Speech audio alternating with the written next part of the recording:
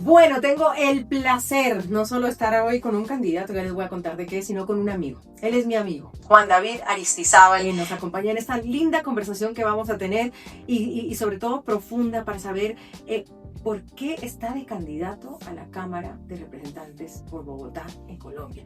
Juan David, qué rico verte. Gracias por este tiempo. Gracias por este espacio y pues si nos hubiéramos visto en enero, jamás del 2025 esta no iba a ser la apuesta mía del futuro.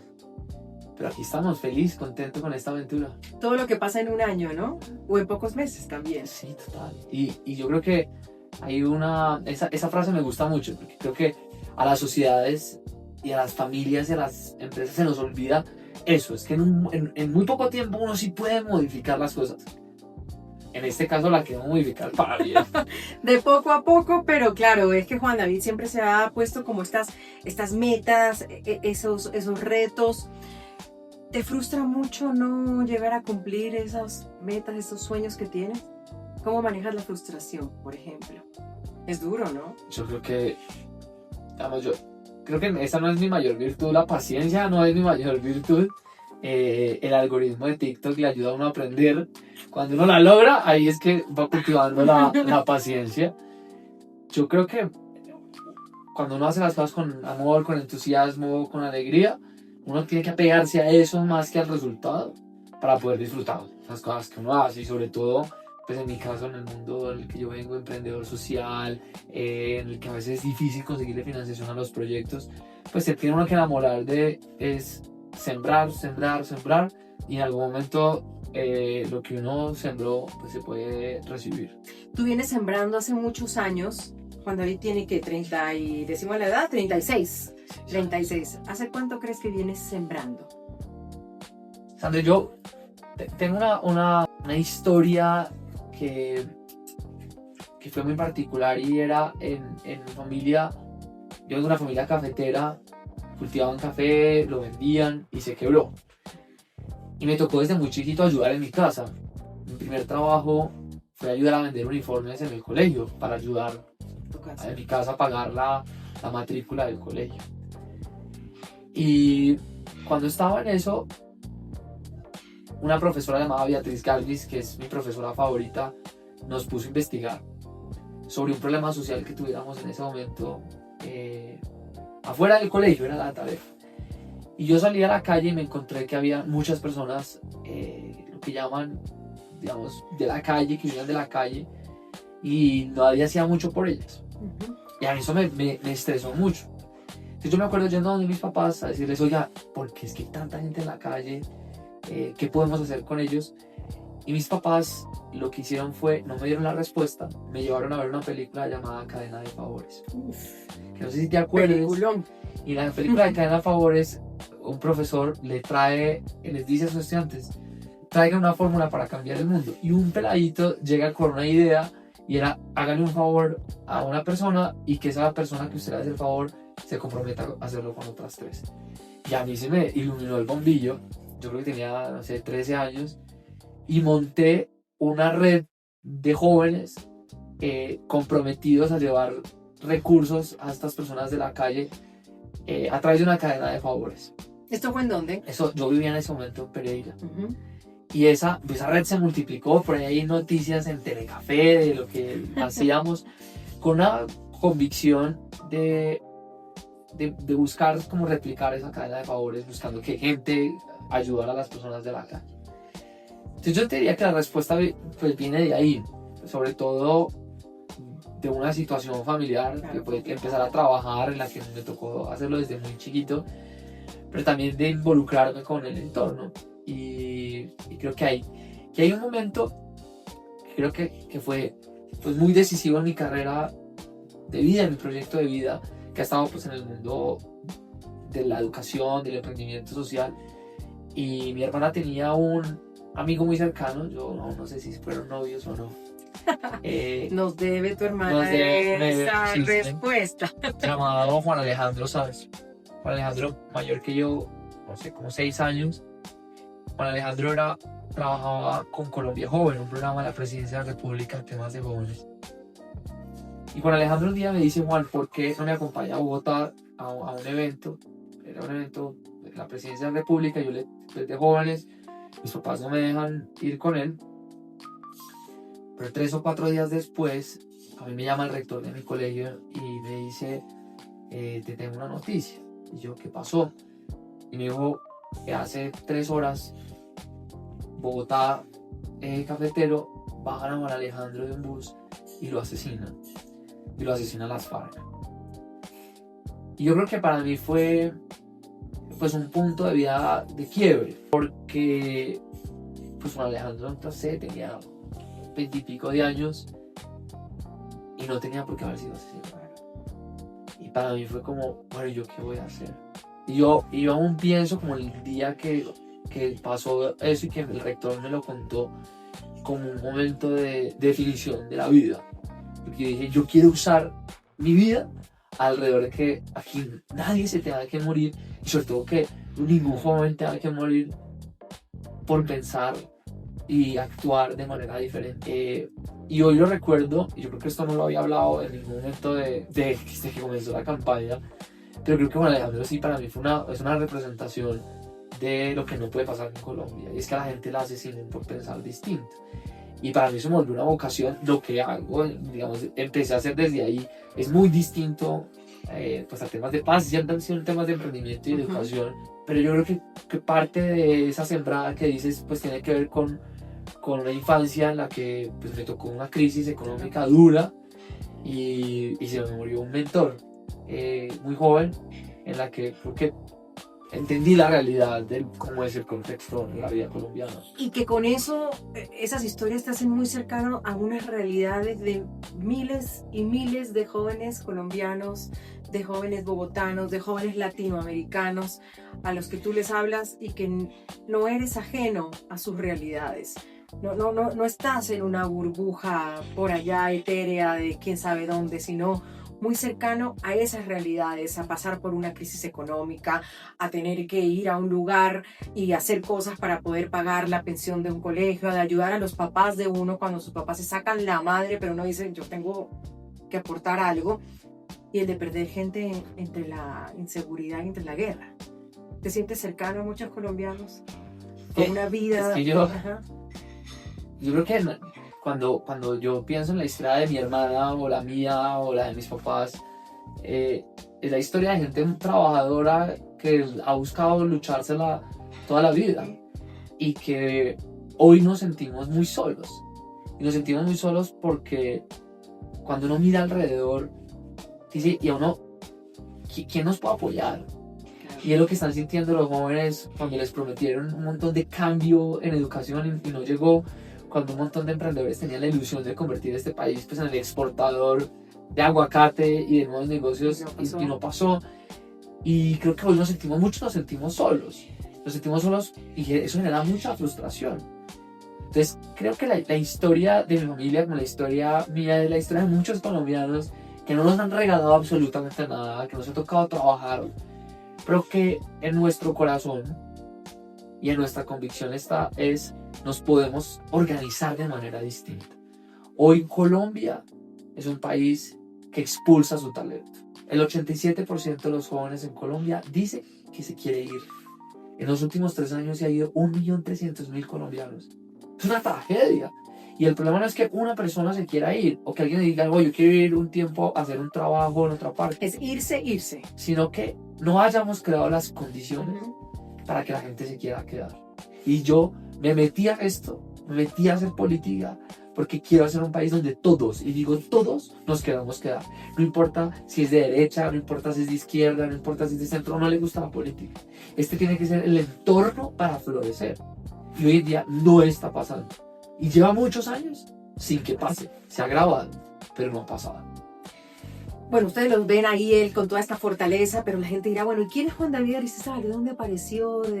Ya más o menos vemos su historia de familia, de dónde viene, pero es chévere cuando uno le pregunta, bueno, ¿y quién es usted?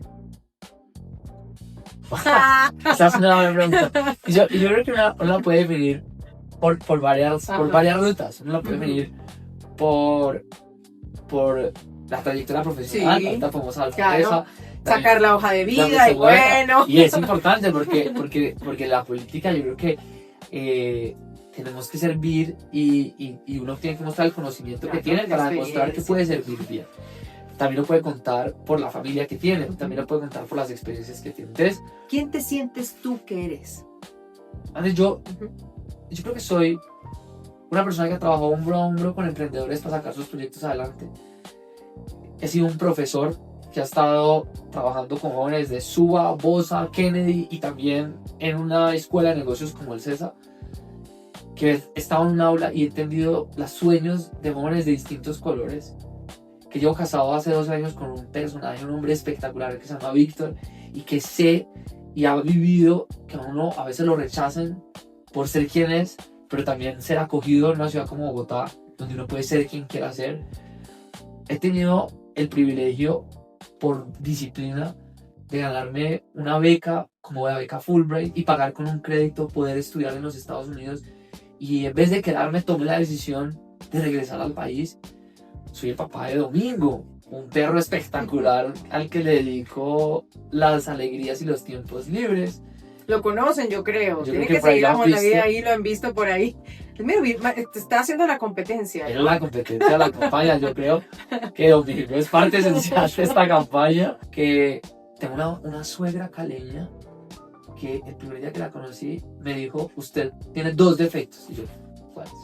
Y me empieza a sudar cuando las suegras dicen eso. Muy mal bailarín, porque soy team tronco. Ya. Y la otra cosa es que ese día me tocó llevarla a la casa de ella y también soy buñuelo manejando. Entonces me dijo: tiene 2 defectos. Y la señora iba así agarrada. Sí, mal.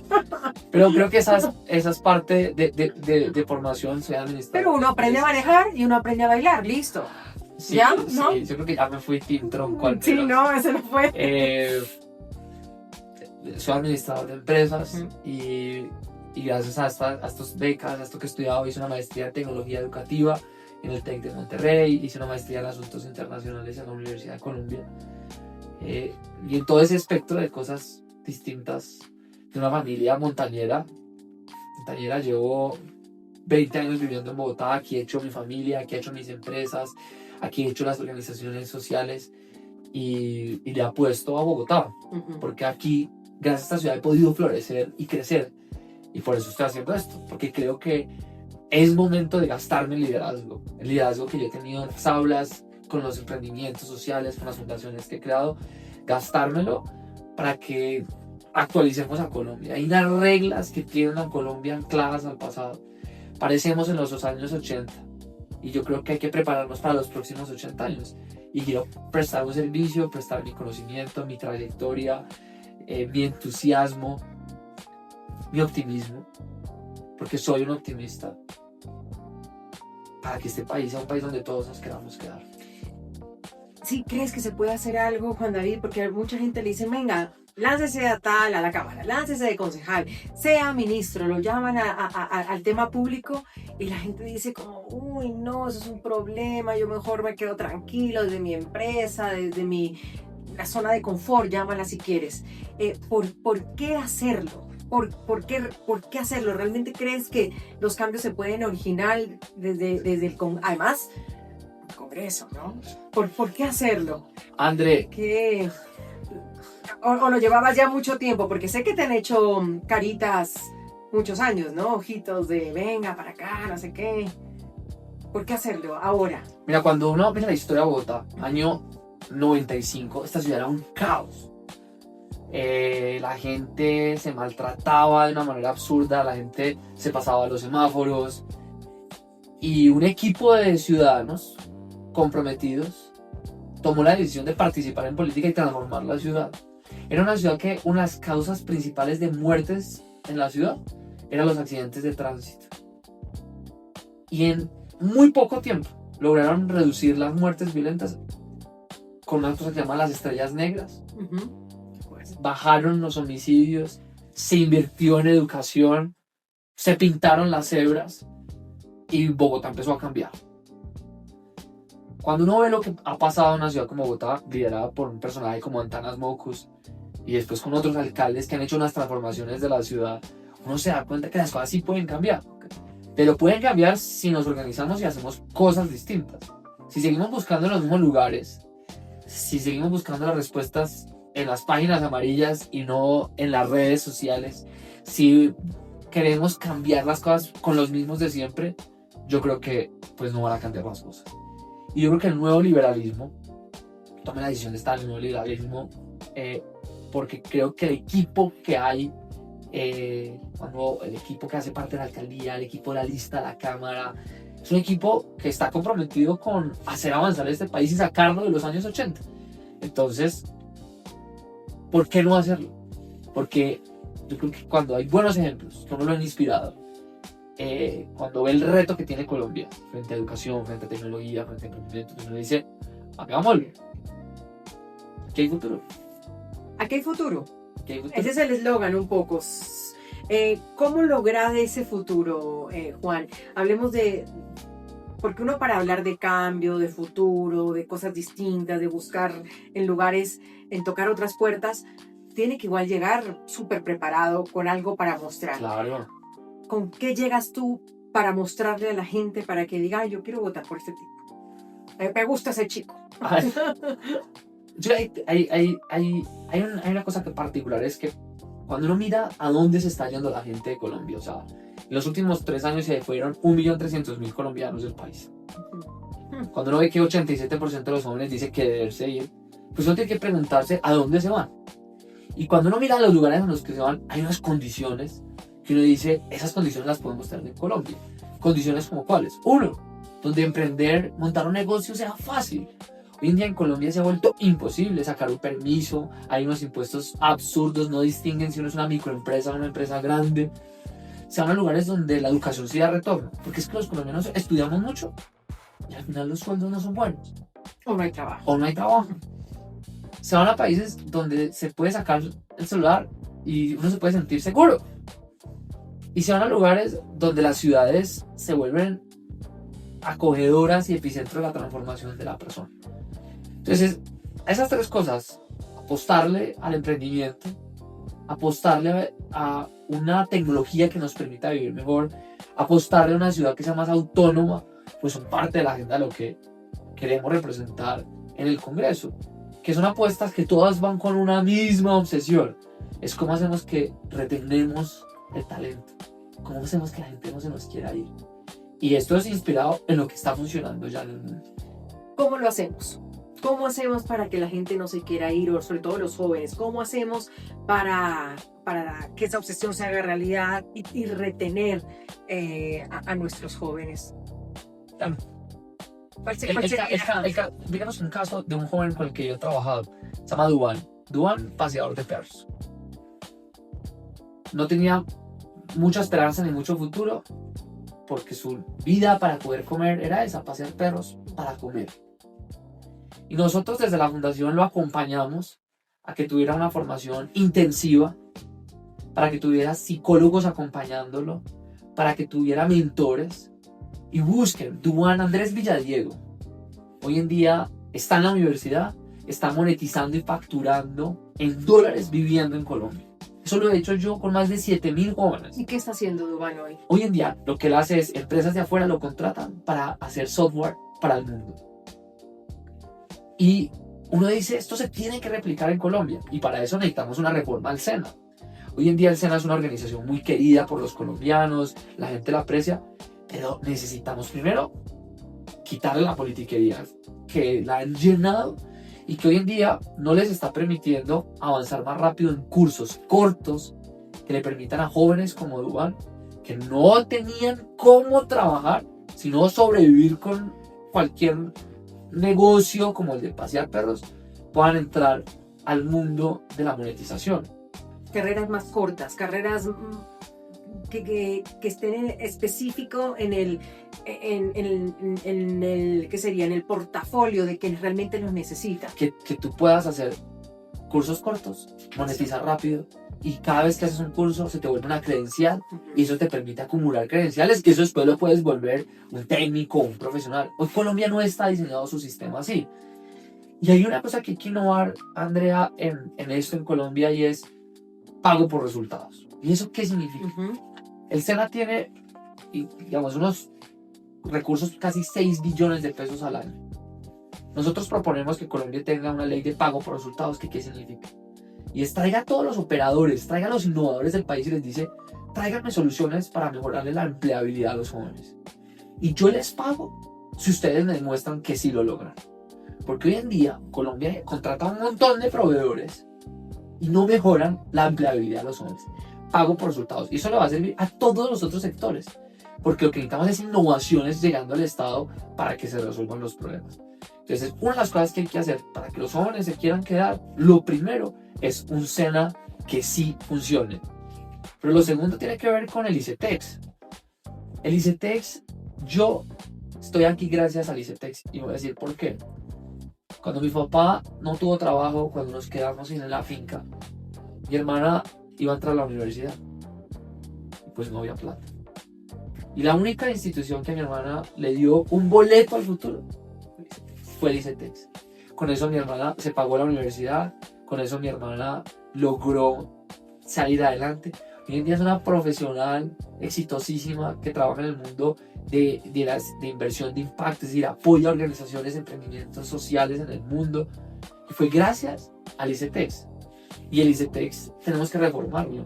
Tenemos que lograr que sea solo pagando cuando la persona consigue trabajo. Tenemos que lograr dotarla no solamente con que le paguen a uno la educación superior, sino con que hayan mentores que lo acompañen a uno. Pero el ICETEX como el SENA son parte fundamental de la transformación del país. Y el tercer elemento es que había una organización que funcionaba que se llamaba Impulsa. Impulsa apoyaba a los emprendedores a crecer. Hoy en día dejó de funcionar, no tiene recursos. Y un país no va a prosperar si quien quiere emprender no tiene todas las facilidades. Entonces, el primer proyecto, digamos, que tiene que ver de Colombia, tiene que ser un epicentro de inversiones para que tengamos buenos sueldos y los talentos crezcan. Entonces, a mí me gustaría ser recordado después de esos 4 años en el Congreso como el joven de la E, del emprendimiento, del empleo, de la educación, para que sea un país donde todo el que diga, yo quiero hacer mi proyecto de vida aquí, encuentre mecanismos para hacerlo. El joven de la E, interesante. Vamos a otro que uno diría, bueno, pero ¿por qué un congresista joven metido en temas de educación le apunta al tema de seguridad? Y a ti también es una cosa que no te deja dormir. Mira, varias razones, y es, yo he visto y me ha tocado cerca perder gente por la violencia de este país. A mí me han robado el celular y cuando uno mira las aplicaciones uno sabe dónde está. El lugar, la localidad, me he dicho.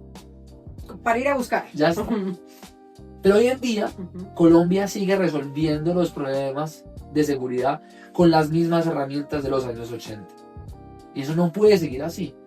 Hoy ya hay tecnología en el mundo que ahora le permite, gracias a tener las bases de quiénes las caras, de las personas, de los bandidos, poderlos identificar y llevarlos a la justicia.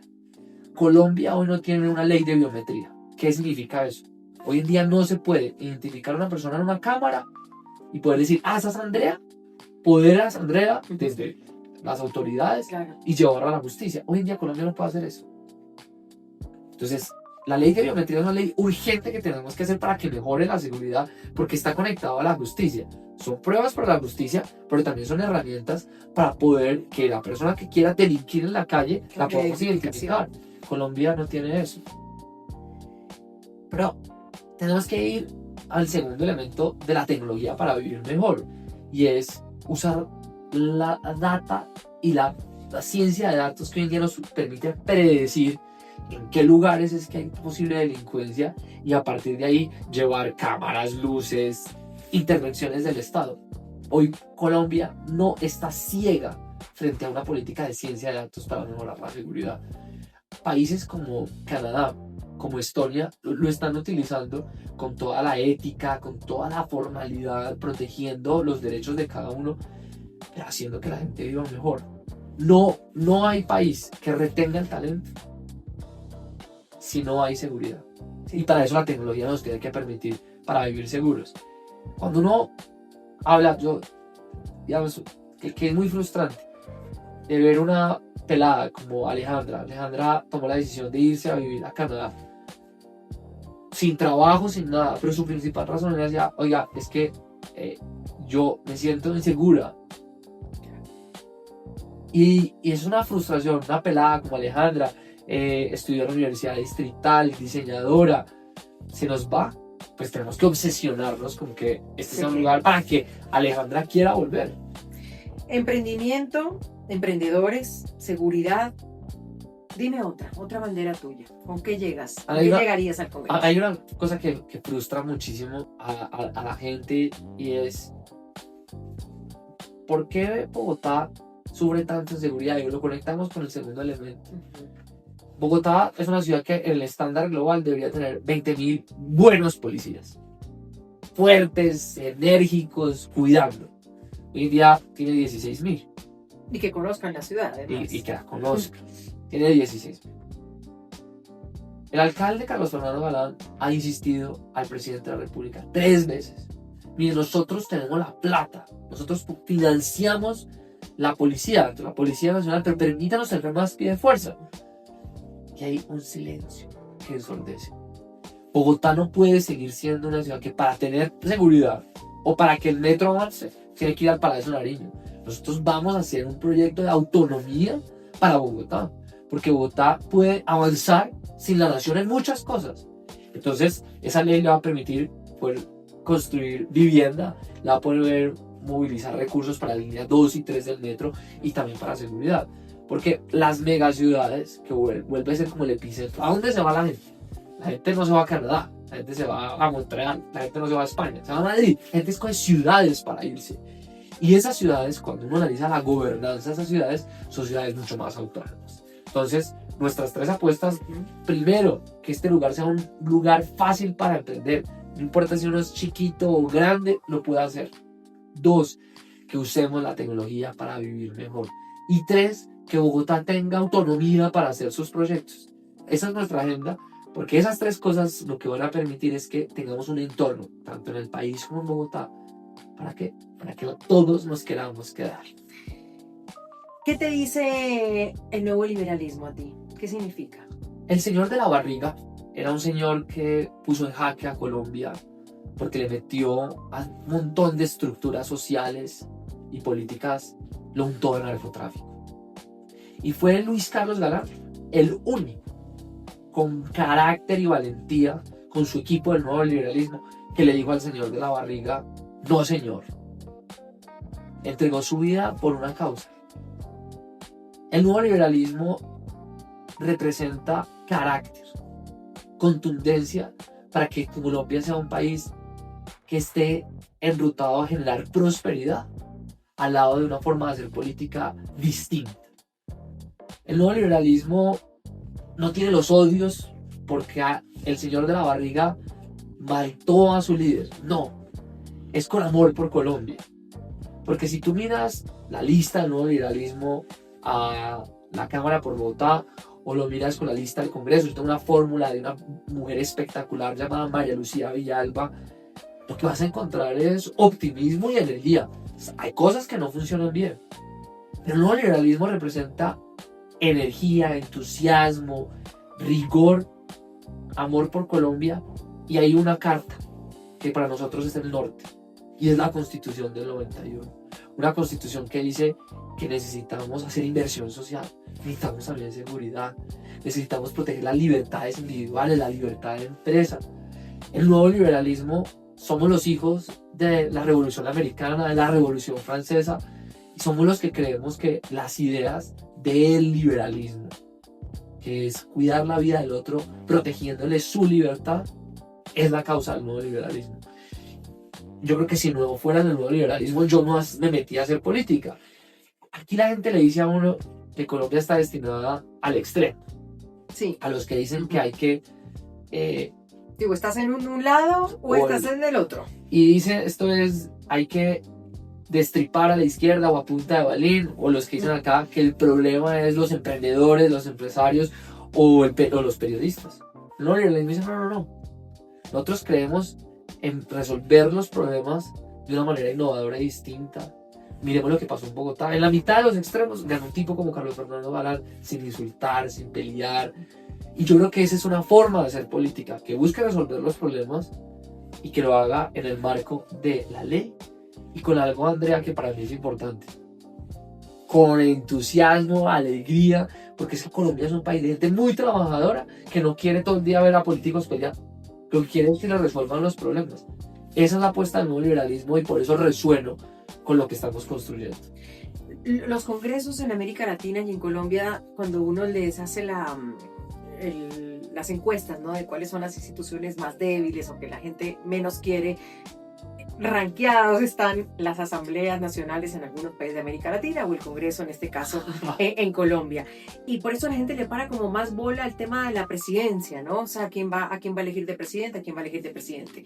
Pero hay quienes dicen, no, hay que tener mucho cuidado y mucho ojo en quiénes ponemos como congresistas. ¿Cómo explicarle a esa gente que incluso a veces, yo ni sé quiénes son, o no veo bien esa lista, o voto por estos y ya, de por qué es tan importante el Congreso, Juan? En el Congreso se toman las decisiones en qué se va a gastar la plata de un país. Aprueban el presupuesto. Nada más y nada menos. ¿Usted a quién le quiere dar ese poder? Si alguien quiere votar por Juan David, le está diciendo a esta persona que va a hacer que los recursos se hacen de manera inteligente, que le metan tecnología al Estado para que no derroche plata, le vamos a apostar a la agenda de la educación. Pero, al final, una parte es de plata. ¿Usted a quién le quiere dar su plata? Su plata. ¿A qué agendas? Eso es muy importante. 2. Define las leyes que nos dan libertad o nos quitan libertad. ¿A quién se lo quiere dar? Cuando estén votando, en el caso de lo que representa el nuevo liberalismo, represento yo, aquí vamos a cuidar la libertad de las mujeres, aquí vamos a defender la libertad de prensa, acá vamos a defender la división de poderes. Usted quiere a alguien que no.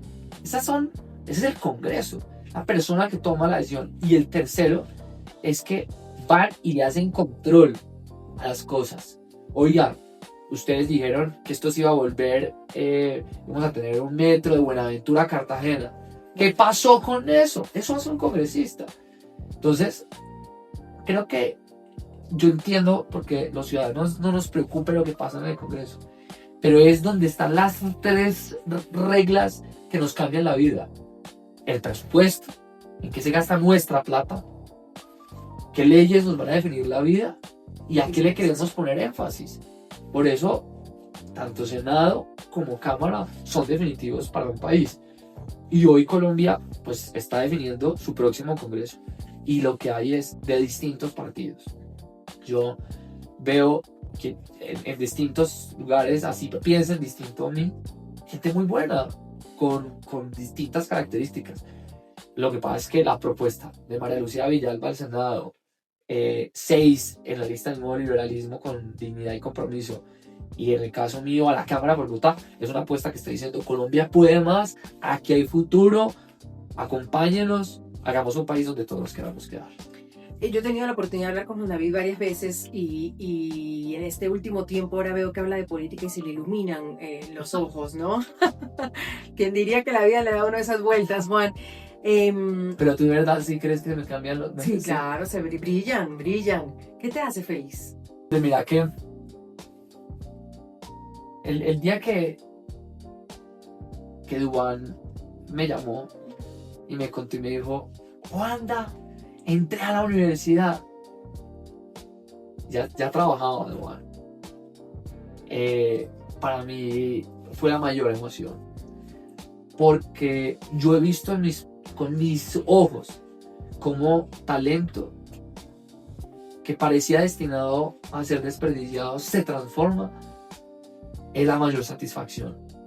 Como emprendedor social, como profesor, yo lo he visto.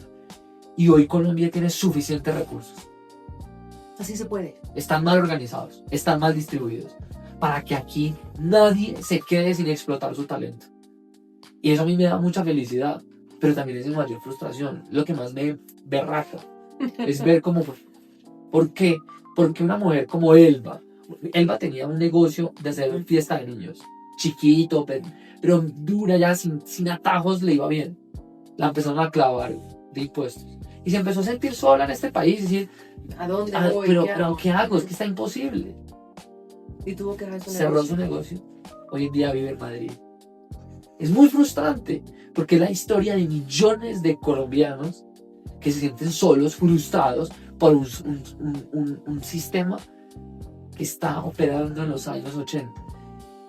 Entonces, frustración y alegría. Alegría cuando yo veo que, tengo trabajo, cuando hay gente la logra, cuando yo veo que una mujer crack como tú la ve, está triunfando, tiene su programa en Ecuador, le va bien, es la mayor satisfacción porque es ver que al final el talento da frutos. Y lo más frustrante es ver gente que por falta de las condiciones del entorno, la gente no pide. Yo no he conocido a alguien que me ha pedido que le regalen algo. No he conocido en esta campaña que alguien me diga, no, yo quiero que me regalen algo. Porque la gente quiere es un entorno a prosperar. Y sabes una cosa, Andrea, yo que vengo del mundo de finca, uno puede tener dos formas de ser. O uno es un capataz que corta todo lo que ve, o uno es una buena jardinera, un buen jardinero. Y lo que hace un buen jardinero es hacer crecer los lugares a los que va. Y yo me meto en la política porque quiero ser un buen jardinero, ir a ayudar a crecer a Colombia. Donde haya musgo, quitarlo, pero donde haya potencial, regar la matica, mojarla, porque este país lo que tiene es un montón de gente que quiere florecer. Lo que se necesita es mejor abono, el agua apropiada y que desde la política seamos mejores jardineros para que este país florezca. ¿Qué te inspira? ¿O quién te inspira? ¿O quién te ha puesto aquí un poco? Porque no me vas a decir que tú eres un joven normal. ¿Sí? ¿O si te consideras un joven normal? ¿Le gusta el trago? ¿Le gusta la fiesta? ¿Le gustan los chicos? Bueno, ya no, porque pues ya tiene su pareja, pero no, soy ¿sí tronco, o no? Andrea, soy muy tronco bailando. O hay una estrellita ahí que uno dice, bueno, esta persona es especial, pero no porque le regalaron nada o porque nació estrellado, no, sino porque algo pasó. ¿Quién te inspiró? ¿Quién te dijo?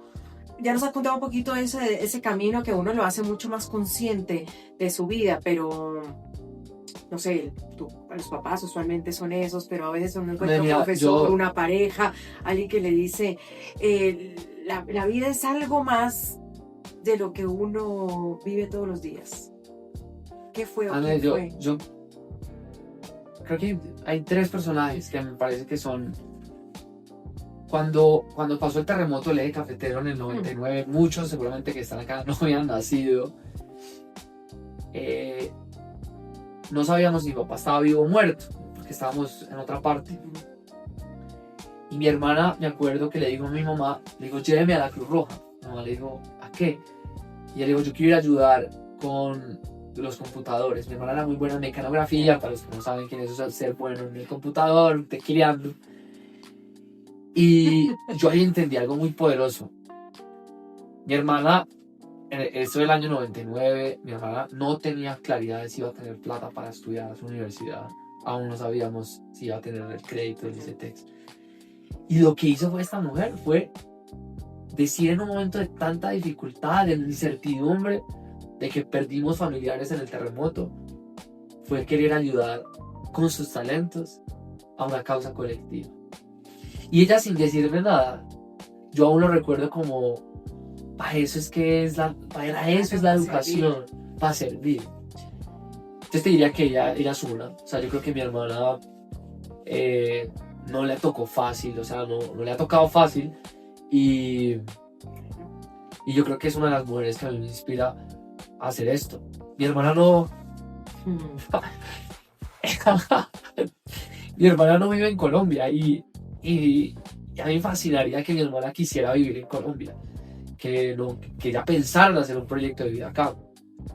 Y por eso también me meto, por la cantidad de hermanas y tíos y familiares y amigos que hoy viven por fuera. Uno cómo los entusiasma a volver, porque no tenemos por qué tener familiares viviendo afuera, porque unas condiciones de acá nos separaron de los nuestros.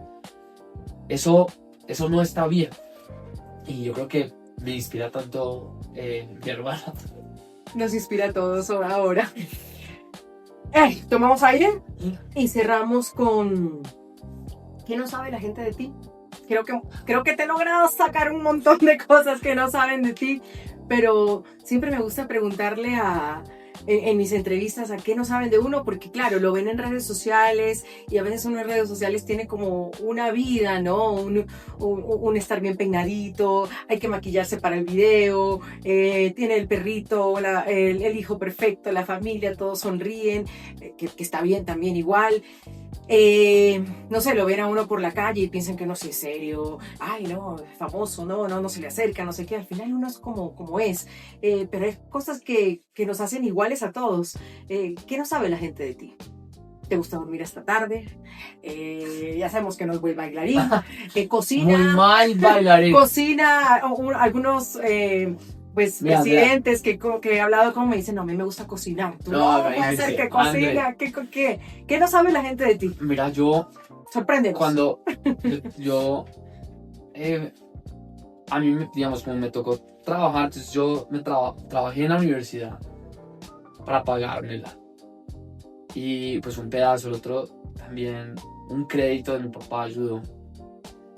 Un día me conoció un periodista llamado Dimas Rincón Parra. Y Dimas tenía un programa llamado La Voz de Bogotá. Y cuando yo estaba chiquito, digamos que me gustaba mucho Nicolás Mora. Entonces yo imitaba a Nicolás Mora chiquito, ¿tá? Y había otro personaje que se llamaba, creo que se llamaba Manuel, que tenía de una novela que se llamaba El Inútil. ¿Verdad? Sí. Y de Víctor Mayarino, él era el protagonista de esa novela. Entonces me conoció, yo no me acuerdo porque no me conocimos. Y me dijo, oiga, Juan David, ¿y usted no sabe imitar de pronto voces de presidente? Ay, se me había olvidado. Yo sí sabía eso de él, pero ustedes no. Yo sí sabía porque lo he escuchado. Y entonces yo le dije, pues yo puedo aprender. Y me dijo, yo lo contrato y trabaja conmigo si me imita al presidente Gaviria y al presidente Uribe. Y entonces me tocó aprender a imitarlos a ellos para trabajar en eso. Y con eso me ayudó a pagar, tenía medio unos pesitos para pagarme la universidad imitando voces. Y Unita, ¿no? No se lanza pues. Después. Los pueden escuchar en algunas otras grabaciones que hay, pero sí, es muy buen imitador. Juan, pues te deseo todos los éxitos. Qué bueno ver nuevas caras, qué bueno ver gente que inspira y gente que le dice a la otra gente, mira, quiero hacer esto, denme la oportunidad. Eso sería, ¿no? Sí, una oportunidad a veces hay que dar nomás. Uno, ¿sí? 111 oportunidades, por favor. Yo no tengo todas las respuestas. Ni sé cuál va a ser, digamos, el camino en cada proyecto de ley. No lo sé. Pero yo les aseguro que cada cosa que haga en el Congreso puedo pensar en los ciudadanos, en cómo cuidarlos, en cómo este país se vuelve un país donde todos nos queramos quedar, un país que cuida las libertades, que cuida la libertad de prensa, que cuida a los emprendedores, que le apuesta a la educación, que le apuesta a que dejemos atrás esas cosas del pasado. Eso voy a hacer. Cuando la embarre, voy a decir, la embarré, perdón. Tengo una experiencia profesional que la quiero poner al servicio de la gente. Tengo entusiasmo y energía que también la quiero poner a la disposición de ustedes.